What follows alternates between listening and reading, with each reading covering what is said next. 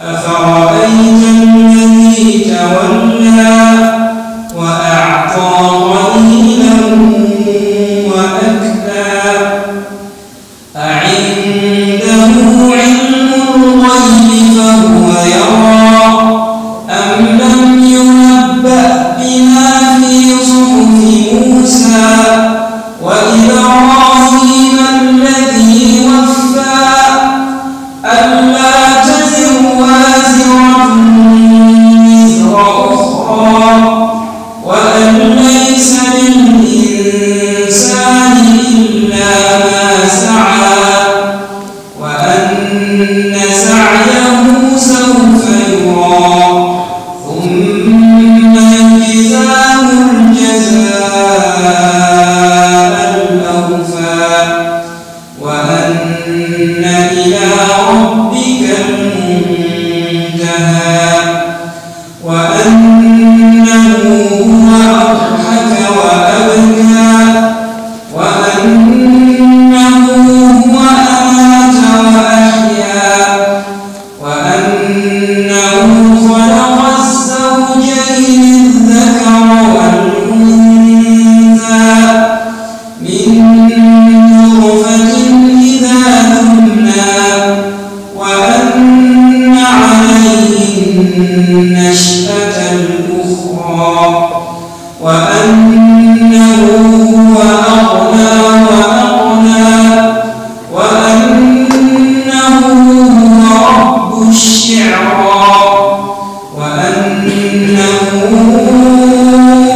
أهلك عادا الأولى وثمود فما أبقى وقوم نوح من قبل إنهم كانوا هم أظلم وأطغى والمؤتفكة أهوى فغشاها ما غشى فبأي آلاء ربك تتمارى هذا نذير من النذر الأولى أزفت الآزفة ليس لها من دون الله كاشفة أفمن هذا الحديث تعجبون وتضحكون ولا تبكون وأنتم سامدون أفمن هذا الحديث تعجبون وتضحكون ولا تبكون وأنتم سامدون فاسجدوا لله واعبدوا. بسم الله الرحمن الرحيم الحمد لله حمدا كثيرا طيبا مباركا فيه الحمد لله الذي بنعمته تتم الصالحات الحمد لله الذي هدانا لهذا وما كنا لنهتدي لولا أن هدانا الله وصل اللهم على سيدنا محمد وعلى آله وصحبه أجمعين. السلام عليكم ورحمة الله وبركاته. Une parenthèse par rapport justement à la lecture du frère Mohammed qui était excellente. Est-ce que vous savez que les polythéistes de la Mecque, quand ils ont écouté le prophète sallallahu alayhi wa sallam réciter cette sourate, le prophète l'a récité dans l'enceinte de la Kaaba, et ils étaient toujours présents, ils écoutaient, ils entendaient le Coran, certains réagissaient positivement, malheureusement ce n'était pas la majorité, la plupart cherchaient les failles dans le Coran pour critiquer. Lorsqu'ils ont écouté cette sourate, et la fin de la sourate, Dieu nous demande de nous prosterner. Sajda. Le prophète sallallahu alayhi wa sallam s'est prosterné ainsi que les croyants qui étaient avec lui. Les polythéistes, les mécréants, les ennemis du Coran n'ont pas pu se retenir. Ils se sont prosternés, malgré eux, En fait, ils ont été emportés par la beauté de la sourate. On dirait que la sourate les a hypnotisés. Et ils se sont prosternés. Et ça a fait le tour, la une des médias de la Mecque, si bien même que les musulmans qui ont fait l'hégire en Éthiopie, la nouvelle est arrivée chez eux et ils ont cru que les Mécois s'étaient convertis et que le conflit était arrêté. Ils sont revenus, mais ils ont été déçus. Pour vous montrer la beauté de la sourate Najm, bien entendu, c'était des Arabes qui comprenaient l'arabe, donc la réaction a été celle-ci. C'est aussi cette sourate où une partie de la sourate, non, pas comme ça. Un ennemi de l'islam qui s'appelle Salman Rushdie. Vous avez déjà entendu parler de lui ? Pour ceux qui ont un peu de la bouteille, de l'âge, c'était les années 80. Il a écrit un livre qui s'appelle Les versets sataniques. Ce livre s'intitule Les versets sataniques parce qu'il est allé chercher dans le tafsir de l'imam al-Tabari, des fondateurs de l'exégèse du Coran. D'ailleurs, son tafsir est une référence.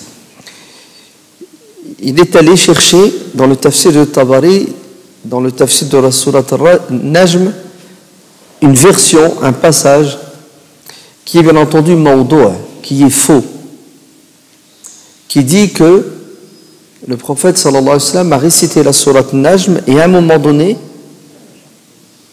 il a récité un verset qui dit أفرأيتم اللات والعزى ومناة الثالثة الأخرى. Avez-vous vu ces idoles, ces statues, Al-Lat, Manat, Al-Uzza? Alors, le hadith qui est faux dit que le prophète alayhi salam a récité et ensuite, la suite de ce verset c'est Wa inna shafa'atahunna la turja. Ces idoles peuvent intercéder en notre faveur. Et c'est pour cela que les polythéistes se sont prosternés. Car la sourate a reconnu que les idoles avaient une utilité, qu'elles avaient du pouvoir. D'un air de dire, le prophète Mohammed sallallahu alayhi wa sallam a fait un pas vers les polythéistes en disant que les statues servaient à quelque chose. Cette version, cette histoire est fausse. Vous savez comment ça fonctionne chez nos savants. Pour prétendre que le prophète a dit quelque chose, il faut un isnad, une chaîne de transmission. S'il n'y a pas de chaîne de transmission, vous faites dire au prophète ce que vous voulez. Et si vous voulez mentir au sujet du prophète, vous inventez une chaîne de transmission et vous imputez au prophète les propos que vous voulez. Mais ça ne va pas marcher longtemps, car il y a des spécialistes de la transmission des textes, donc qui critiquent les textes et qui décèlent tout ce qui est apocryphe, tout ce qui est faux, tout ce qui n'a pas d'auteur réel. Donc, ce hadith faux est dans le tafsir de Tabari. Les orientalistes, vous entendez, qui cherchent des poux dans les cheveux de l'islam et des musulmans, les musulmans malades du cœur ou hypocrites et malhonnêtes cherchent aussi ce genre de texte. Pourquoi ? Pour salir l'islam et les musulmans. Donc, il est allé chercher cette version fausse et il l'a utilisée. Pourquoi ? Pour faire ce roman qui est un torchon. Et les ennemis de l'islam ont sauté sur l'occasion, bien entendu, pour le mettre en évidence, parce qu'ils adorent tous ces quarts de musulmans qui combattent et trahissent l'islam. Et d'ailleurs, ils feront ça avec d'autres. Et ça continuera, un musulman averti en vaut deux. Donc la sourate Najm, hein, qui a soumis malgré eux, par sa beauté, les polythéistes de la Mecque, et qui sera récupéré par les polythéistes du XXe siècle, toujours pour combattre l'islam. C'était juste une parenthèse, comme ça vous êtes au courant. On entre dans le vif du sujet. L'imam Ibn Qayyim al-Jawziyya, radiyallahu anhu, dans son livre Al-Fawaid, d'ailleurs qui a été traduit en français, dit que l'être humain est animé par deux choses, une force intellectuelle et une force psychologique. Quwwatun ilmiya wa quwwatun iradiyya.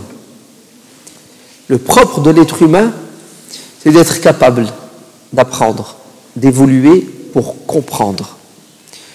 Comprendre comment fonctionne l'univers.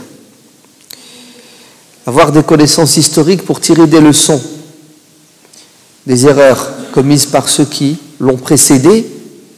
Et tout ça va lui permettre de se projeter dans l'avenir. Pourquoi ? Pour évoluer et tendre vers l'excellence. Car le propre de l'homme, c'est de chercher toujours mieux, à grandir dans tous les domaines.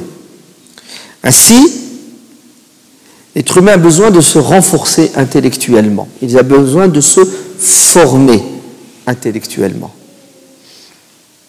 Et en permanence, nous devons faire des efforts. Abdullah ibn Mas'ud dit, un jour qui passe sans que je n'ai appris quelque chose de nouveau est un jour maudit. Il n'y a pas de baraka.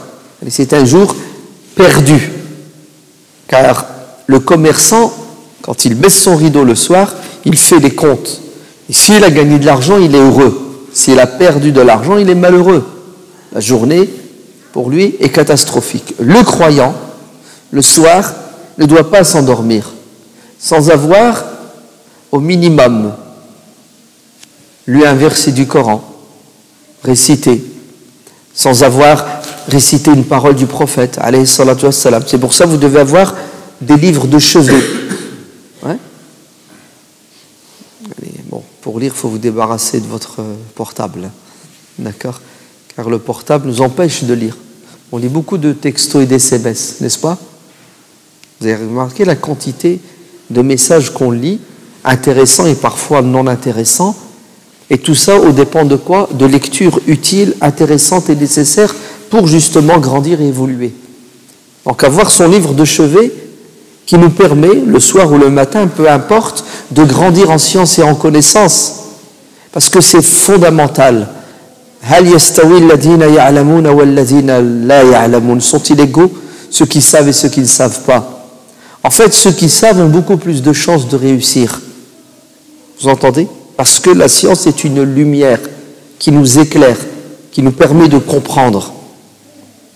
L'ignorant est aveugle, sourd, muet. Donc il dépend de forces extérieures. Et la pire des forces, c'est quoi? C'est celle de Shaitan et de son semblable, l'humain, qui va l'exploiter et qui va profiter de lui et qui va l'égarer. Donc, l'imam Ibn al-Qayyim dit que l'être humain a cette force en lui, la science, la connaissance, la capacité d'évoluer. Et plus il grandira en science, plus il se rapprochera de l'excellence. Et plus il connaîtra son Seigneur. Et celui qui connaît son Seigneur sera sauvé. Et ce n'est pas suffisant, car certains ont la connaissance très théorique, philosophique, et elle n'a aucun impact sur eux, parce qu'ils n'ont pas appris pour pratiquer, pour changer et s'améliorer, mais ils ont appris, pourquoi? Pour atteindre des buts purement matériels ou pour la gloriole, pour être connu et reconnu et être applaudi. Ainsi, l'ilm, la science, l'objectif, c'est quoi? C'est de permettre à l'être humain de changer, de s'améliorer. Et pour changer et s'améliorer, il faut avoir la volonté de changer. Il faut avoir la volonté d'évoluer. C'est ce qu'on appelle al-irada ou al-himma. Et Dieu, dans le Coran, insiste sur ça. Il dit « Man kana yuridu al-akhirah. Allez, celui qui veut avoir la récompense dans l'au-delà. Un air de dire, si vous n'avez pas le souhait, la volonté d'aller au paradis, vous n'irez pas. Parce que Dieu ne donne pas le paradis à quelqu'un qui n'en veut pas. Il le donne à celui qui le veut, qui le réclame et qui agit en conséquence. Laysa al-iman bitamanni wala bitahalli. La foi, ce n'est pas une question de rêve, de souhait. La foi, c'est quoi? C'est une conviction qui mène à l'action, dit Hassan al-Basri. C'est-à-dire, c'est une clairvoyance intellectuelle, spirituelle, et une volonté et un acharnement de réussir. L'imam Ibn al-Qayyim dit, celui qui n'a pas ces deux choses, ces deux forces, la force intellectuelle et la force psychologique, ressemble à quoi? Ressemble à un animal. Animal qui pense à boire, manger, dormir, s'accoupler et se protéger contre les dangers physiques. Et Dieu dit dans le Coran qu'il ressemble à des animaux, balhum adal. Il y a certaines personnes qui ont fait le choix de rester des créatures purement physiques. Et Dieu dit, ces humains sont plus égarés, sont plus détestables que les animaux. Parce que ils ont la possibilité de s'élever, mais ils ne veulent pas. L'animal est condamné à rester comme il est. Il agit par instinct. Il n'agit pas par connaissance et savoir, puisqu'il ne peut pas apprendre. Il n'a pas de volonté. Il est soumis aux aléas physiques et à la volonté de l'homme. Donc, ce qui fait la force et la grandeur d'un être humain, c'est son ambition. Et il n'y a pas d'ambition s'il n'y a pas de connaissance et de savoir. Pourquoi? Pour savoir où se trouve le bien, où se trouve le mal. Pour ne pas s'égarer et ne pas se tromper. Et lisez le Coran et vous verrez que Dieu insiste sur la science, la connaissance, et Dieu nous met la barre très haute. Vous entendez? Il nous dit, je vous fais 3 propositions. Vous voulez le bonheur sur terre? Demandez-moi et je vous le donnerai, moyennant des efforts de votre part. Vous voulez plus, le bonheur dans l'au-delà, le paradis? Demandez-moi, je vous le donnerai, moyennant des efforts. Vous voulez plus que le paradis, la proximité de votre Seigneur, la satisfaction de Dieu? Demandez-moi et vous l'aurez. Et on est capable d'atteindre tous ces objectifs. Wa anna ila rabbika al-muntaha, dans la sourate Najm. La finalité, l'objectif majeur du croyant, c'est d'être le plus proche de Dieu. Lilladina ahsanu al-husna wa ziyadatun. Qu'est-ce que vous recherchez, ô croyants? Vous recherchez le paradis. Ne vous contentez pas du paradis. Cherchez quelque chose de plus important, de plus beau que le paradis, la ziyada, le plus, le surplus, qui est justement la proximité et la satisfaction de Dieu. Donc vous voyez que l'éducation coranique est une éducation qui pousse l'individu à développer ce caractère propre à l'être humain qui est la volonté, la rage de vouloir changer, évoluer, réussir et atteindre les hautes sphères de la réussite. Ainsi, le prophète sallallahu alayhi wa sallam nous enseigne dans le hadith authentique, demande à Dieu le paradis. Donc, ne soyez pas attentistes. Allez, vous restez les bras croisés puis vous attendez que ça vous tombe dessus. Ça ne marche pas comme ça. Demandez. Faites l'effort. Tu as envie du paradis, demande-le. Tu n'as pas envie, ne le demande pas, tu ne l'auras pas, ne te plains pas. Demandez à Dieu le paradis. Kanu yad'unana raghaban wa rahaban. Les prophètes imploraient Dieu avec insistance pour avoir le paradis et pour qu'il les préserve de l'enfer. Vous avez vu comment les prophètes insistaient? Notre prophète sallallahu alayhi wa sallam passait des nuits blanches à demander à Dieu de protéger, de préserver sa communauté. Vous vous rendez compte? Celui qui veut demande. Celui qui veut cherche auprès de celui qui a. Et si tu insistes, tu auras. Si tu n'insistes pas, tu n'auras pas. Demandez à Dieu le paradis. Et puisque vous voulez le paradis, je vous donne un conseil. Demandez-lui le paradis des paradis. Al-Firdaus. Autant mettre la barre haute. Vous vous rendez compte? Même dans le bonheur, il y a des niveaux. N'y a-t-il pas 8 niveaux, 8 portes, 8 paradis? Pourquoi se contenter du premier alors qu'il y a possibilité d'être au dernier des paradis? Rabi'a ibn Ka'b al-Aslami, un compagnon du prophète sallallahu alayhi wa sallam qui était très proche du prophète, un jour, il est interpellé par le prophète sallallahu alayhi wa sallam. Pardon, c'est le contraire. C'est Rabi'a qui dit: ô messager de Dieu, sur terre je te côtoie, je suis à tes côtés, et ça me fait beaucoup de bien et de plaisir. Mais la mort nous séparera un jour ou l'autre. Et je me pose déjà la question, est-ce qu'on se retrouvera, est-ce qu'on se rencontrera dans l'au-delà?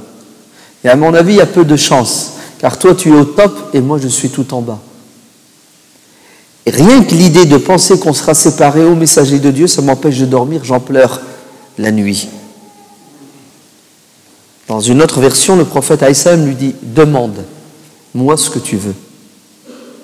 Et Ka'b va lui dire: je te demande, de demander à Dieu bien entendu, d'être à tes côtés au paradis le jour de la résurrection, dans l'au-delà. Il lui dit autre chose. Il lui dit: ça me suffit. Si je suis à tes côtés, j'ai tout. Le prophète sallallahu alayhi wa sallam lui dira: ok, mais il y a un petit prix à payer. Prosterne-toi. Allez, prie plus que la moyenne. Les gens font 5 prières obligatoires, toi rajoute d'autres prières. Ne te contente pas du minimum si tu veux le maximum. Je t'annonce que je vais intercéder en ta faveur, par amour pour toi et parce que tu m'aimes. Mais malgré cela, il y a un effort à faire, bien que le prophète sallallahu alayhi wa sallam va intercéder. Ainsi, il est demandé aux musulmans de grandir et d'évoluer en permanence et de ne jamais se contenter de ce qu'il a et de ce qu'il est. Car en vérité, sur terre, vous avez 2 extrêmes. C'est soit tu évolues ou soit tu régresses. La station debout, figée, fixe, n'existe pas. C'est une sunna, une loi de Dieu. Tout tend vers le désordre, la disparition. En fait, l'être humain grandit physiquement et ensuite il dépérit.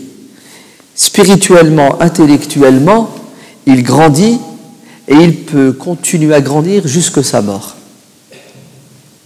Et s'il décide de ne plus évoluer au niveau spirituel, intellectuel et moral, etc., vous savez ce qu'il fait? Il régresse automatiquement.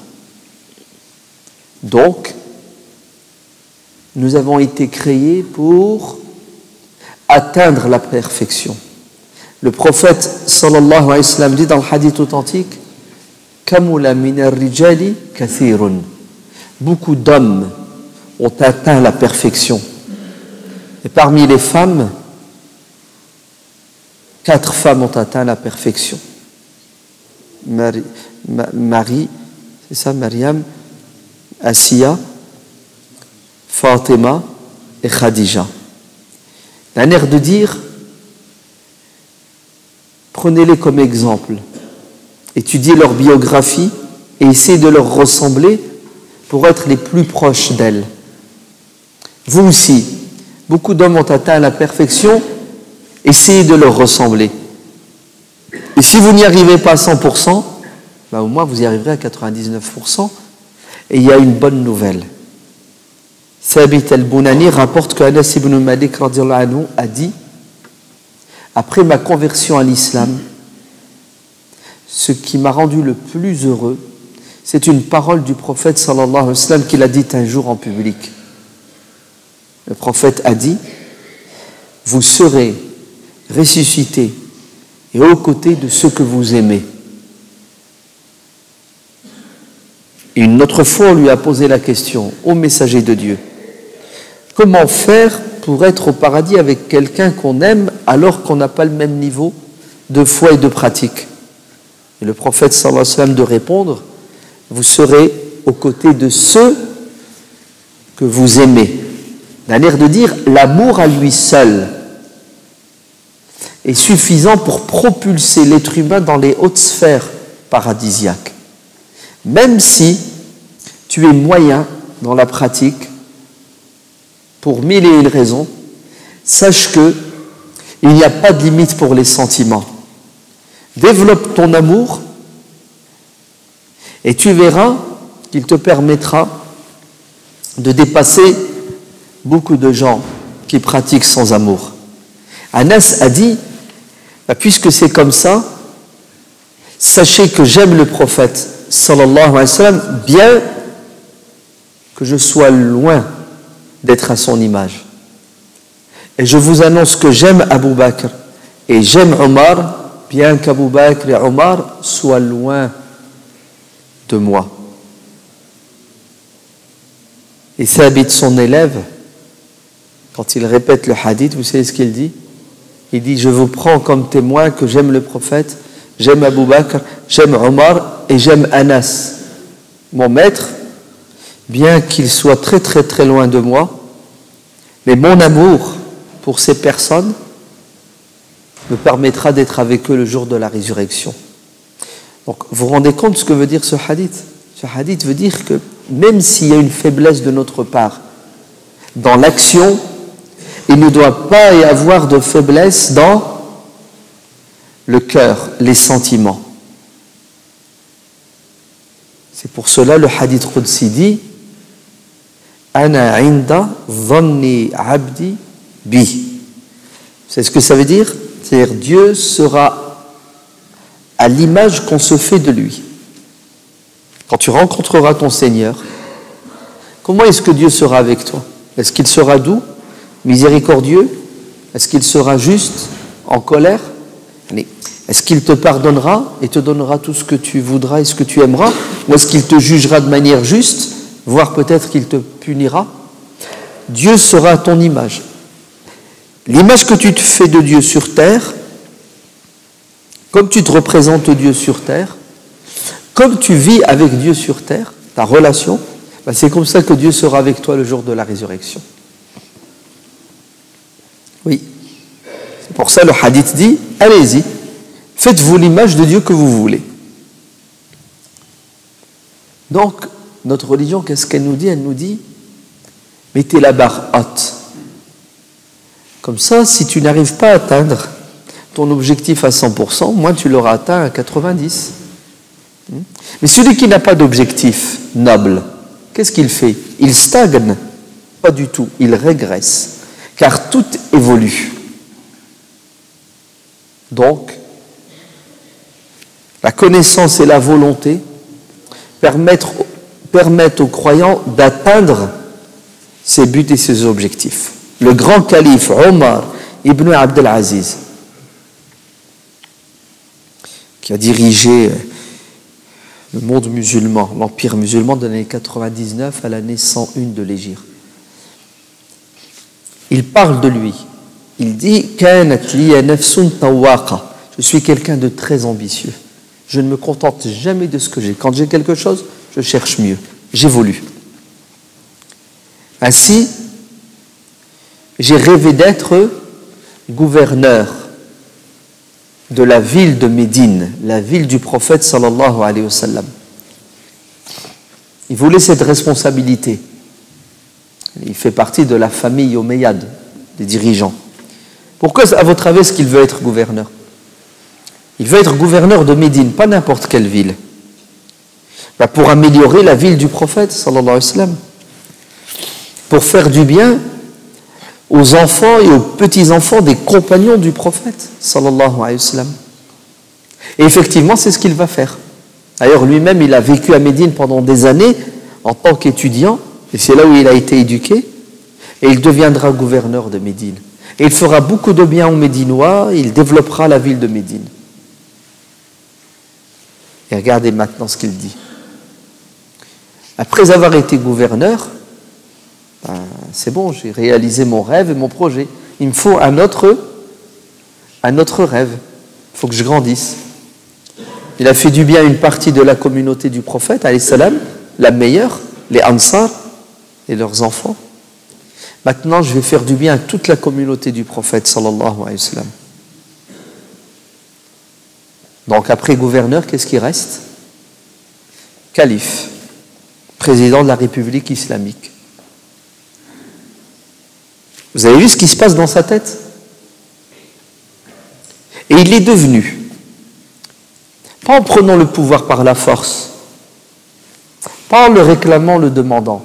Dieu lui a donné ce qu'il voulait parce que Dieu connaissait son intention et son intention était bonne. Vous avez compris? Allez, formulez le maximum de vœux pieux.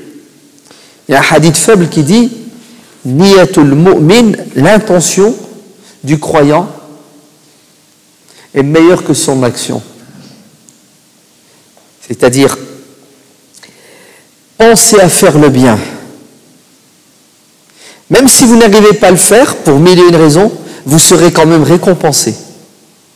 Hadith d'Abdullah ibn Abbas, dans le Sahih, où Dieu dit, hadith Qudsi, Man hamma bi hasanatin, celui qui a l'intention de faire une bonne action et qui l'a fait, sera récompensé 10 fois plus. Celui qui a l'intention de faire une bonne action et qui ne la fait pas parce qu'il a été empêché, sera récompensé comme s'il l'avait faite. C'est beau quand même, non? Allez, formulez sans arrêt l'intention de quoi? De faire le bien. Ah, si je pouvais, ah, si seulement. Parlez avec vous-même, Dieu vous entend. Et ne pensez jamais à faire le mal. Car celui qui a l'intention de faire le mal et qui ne le fait pas, ne sera pas puni. Mais celui qui a l'intention de faire le mal et qui ne le fait pas parce qu'il a été empêché, sera puni. Ainsi, le prophète sallallahu alayhi wa sallam dit, dans le hadith authentique, il y a parmi les gens, il y a parmi vous,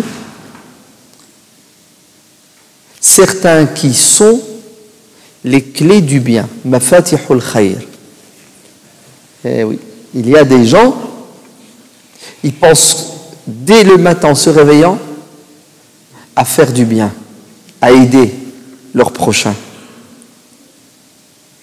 Et à l'inverse, il y a parmi vous des gens qui sont les clés du mal, les clés des portes du mal. Il se réveille le matin et son intention, c'est quoi? C'est de faire le mal. Alors soyez les clés qui ouvrent les portes du bien et ne soyez pas les clés qui ouvrent les portes du mal. Sulayman ibn Abdul Malik, il est tombé malade et il pense à l'avenir de la communauté, il veut laisser son héritage. Et là, il demande à Raja ibn Haywa, un de ses conseillers, le principal, il lui dit, à ton avis, qui devrait me succéder? Il a dit, il n'y a pas mieux que Omar ibn Abdul Aziz. Et le testament sera fait et Omar va devenir calife. Et qu'est-ce que va faire Omar en 2 ans et demi? Omar l'ambitieux, Omar qui avait l'intention, après avoir été gouverneur de Médine, de devenir le calife, pour faire du bien. Et regardez comment Dieu, subhanallah, va l'accompagner parce qu'il était bien intentionné. Celui qui veut peut, par la volonté, la grâce de Dieu. Il y a un prix, bien entendu. Dès qu'il est devenu calife, c'est ce qu'il a dit à son épouse. Il a dit, je te donne le choix et la liberté de divorcer, de t'en aller. Oui. Vous savez pourquoi? Il a dit, c'est fini entre toi et moi. Tu sais, la relation, ouais, la relation de tendresse, d'amour, de complicité, tout ce qu'il y avait entre nous, je suis désolé, j'ai plus le temps. Je porte un fardeau qui est lourd maintenant.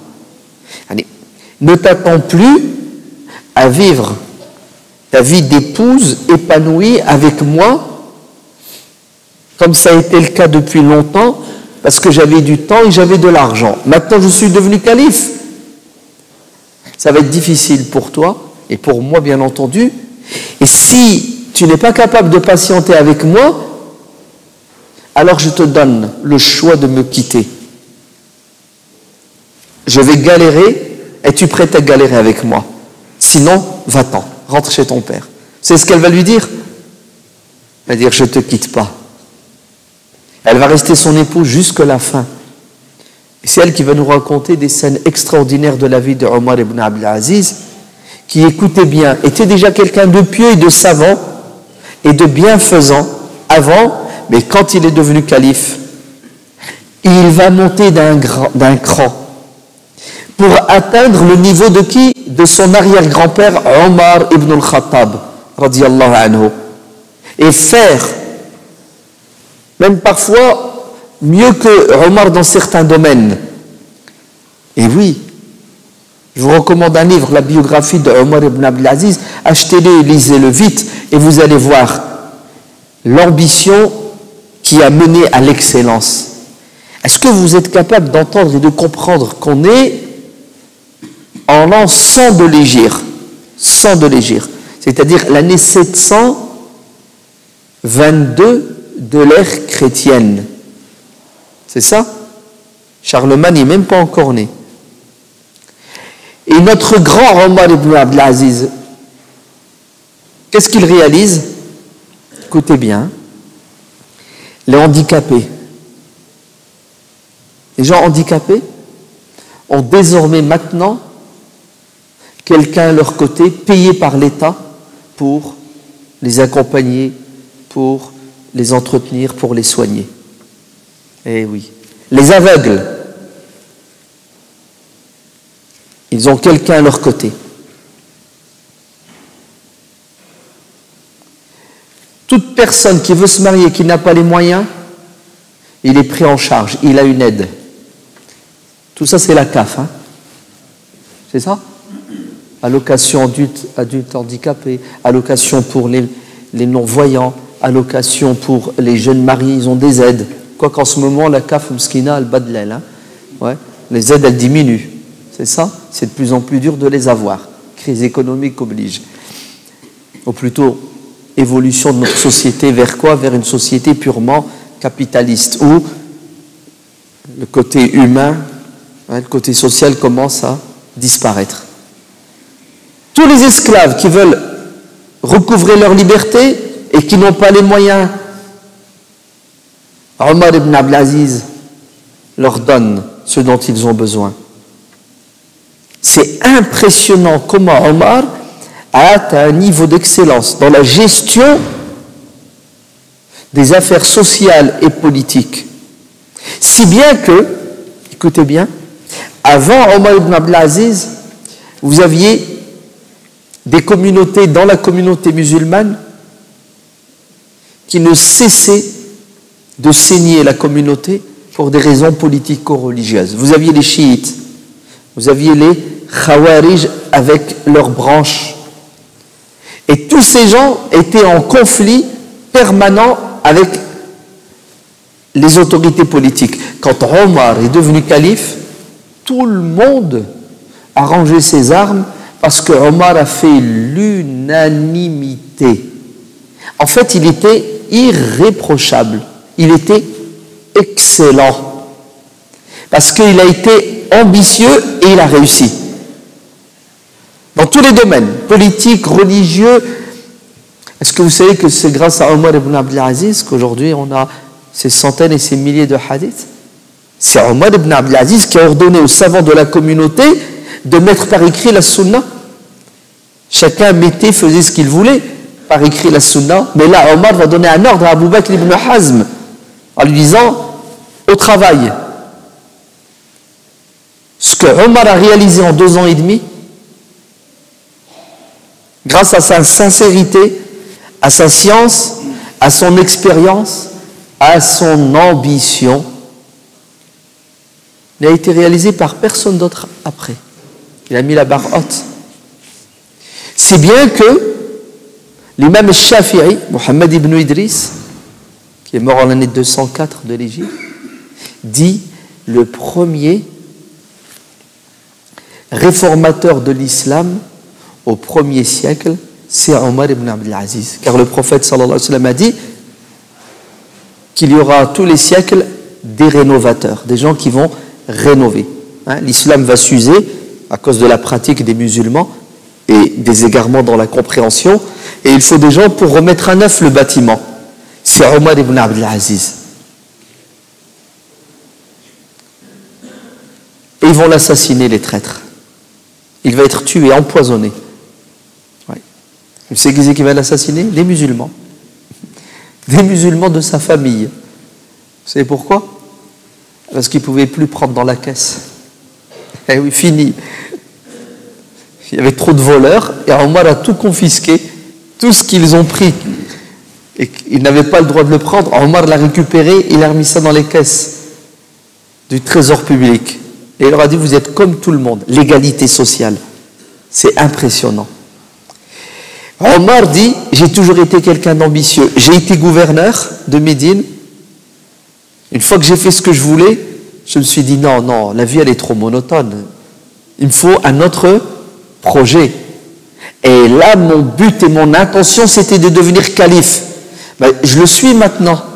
J'ai fait le maximum. Qu'est-ce qui lui reste, à votre avis? Vous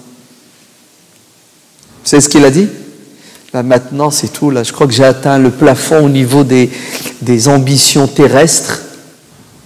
Il me faut le paradis. Il me faut là-haut, et pas n'importe lequel. Et il est mort dans la foulée. Eh oui. Et sa femme, Fatima bint Abdel Malik, a dit à un moment donné, donc il a été empoisonné, il leur a dit quittez la pièce, sortez. Et tout le monde est sorti, elle est restée à la porte, et elle a entendu un verset du Coran, récité, pas par son mari, mais par des créatures invisibles, qui dit Tilka ad-darul akhiratu naj'aluha lilladhina la yuriduna 'uluwan fil ardi wala fasada. Telle est la demeure de l'au-delà, réservée pour ceux qui sur terre étaient modestes et ne répandaient pas là le désordre et la perversion. Vous avez compris? C'est qui? C'est lui et d'autres qui lui sont semblables. Naam.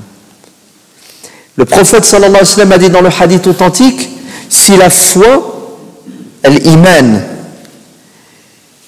était là-haut dans une planète sur Mars, Thuraya, si la foi était sur Mars, c'est loin Mars, non?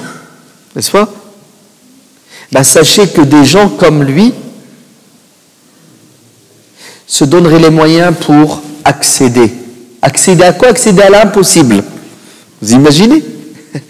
Au temps du prophète alayhi salam, aller sur Mars, pourquoi? Pour récupérer la foi. C'est une image. Hein? C'est qui, lui? Salman, le Perse, Salman al-Farisi. Des gens comme lui, des gens de son peuple, des Perses convertis à l'islam. Oui, ambitieux.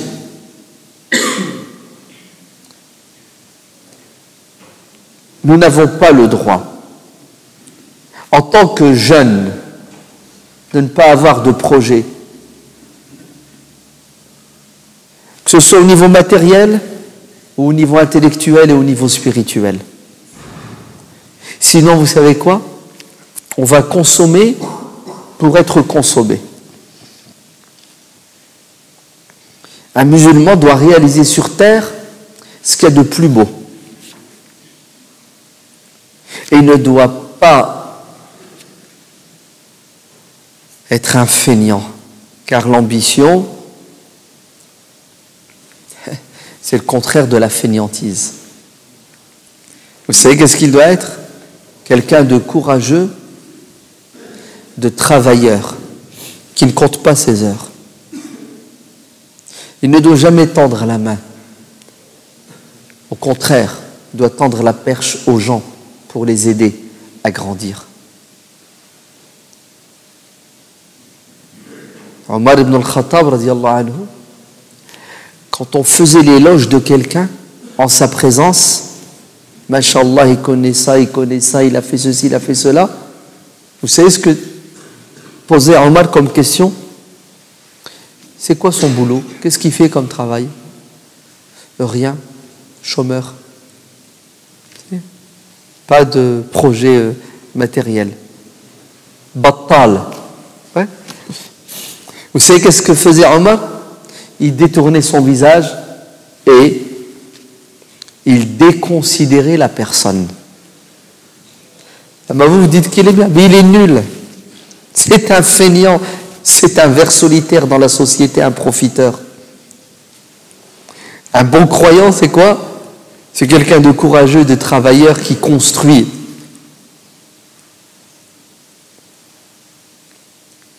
Et le propre de l'ambition, les personnes qui doivent être ambitieuses le plus, ce sont les jeunes, puisqu'ils commencent leur vie. Et plus tu mets la barre haute, plus tu réussis. Et on a un gros problème avec notre jeunesse aujourd'hui, qui a été éduquée dans l'assistanat. Si bien qu'on a des jeunes aujourd'hui, ils sont en train de préparer leur bac, ils ne savent pas quoi faire après. J'ai rencontré des jeunes qui ont eu leur bac, qui sont en première année de fac, ils ne savent pas quoi faire. Ils ne savent pas quoi faire. Tu fais quoi là? Tu vas où? Je ne sais pas. Je verrai. Je verrai en fonction des résultats, en fonction de ce qui me plaît, telle matière ou telle matière. Vous vous rendez compte? Tu as 19 ans, tu as bientôt 20 ans, tu es responsable, islamiquement parlant, et tu ne sais pas où tu vas. Tu poses aujourd'hui des questions à des jeunes qui ont 25 ans, tu es marié? Non. Tu vas te marier? Inch'Allah. Et Inch'Allah, c'est pour taper l'esquive. Ouais, Inch'Allah, c'est pour clore le débat. Mais c'est grave, tu as 25 ans et tu n'as même pas fixé une date. Je vais me marier à 20 ans, à 22, à 25, à 30. Non, en fait, oui, c'est ça.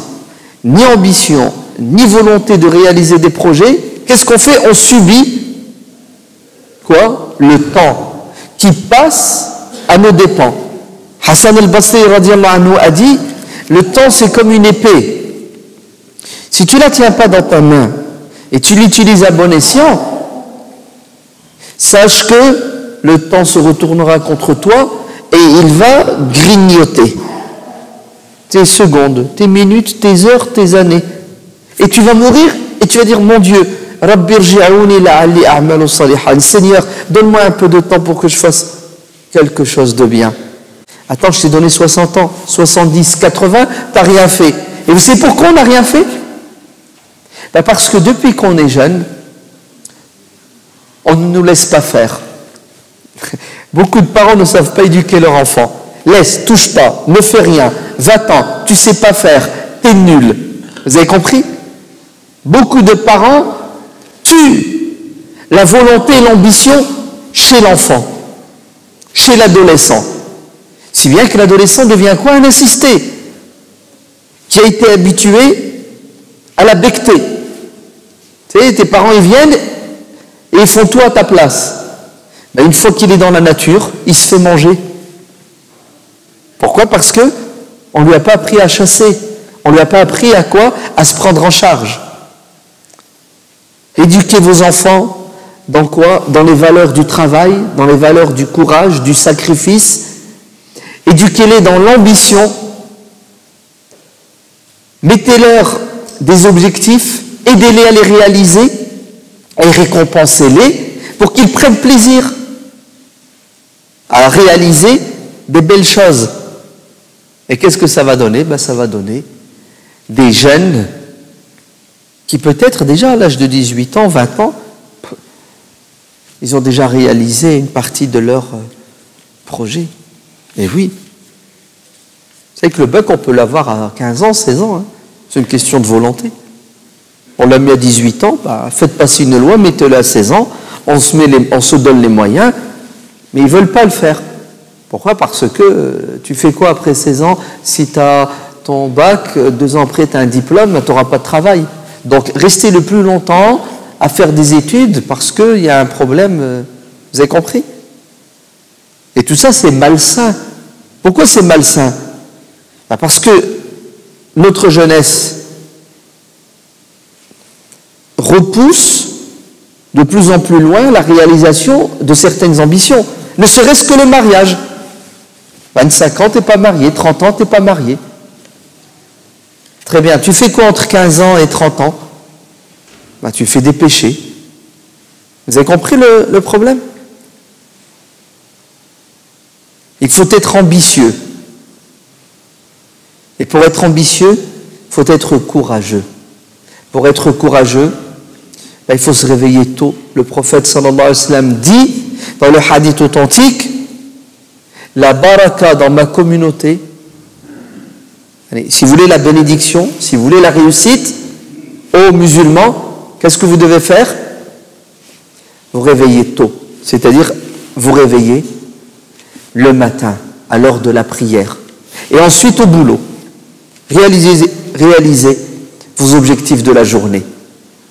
Et dormez tôt. Sinon, vous allez perdre votre temps. On fait quoi la nuit? On perd son temps.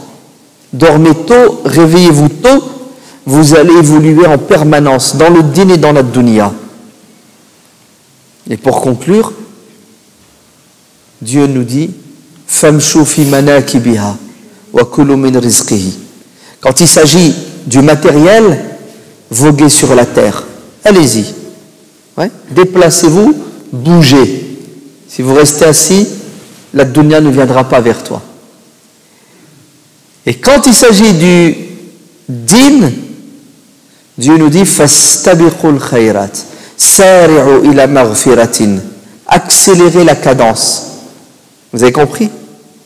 Allez, soyons ambitieux dans la dunya, soyons doublement ambitieux pour l'akhirah.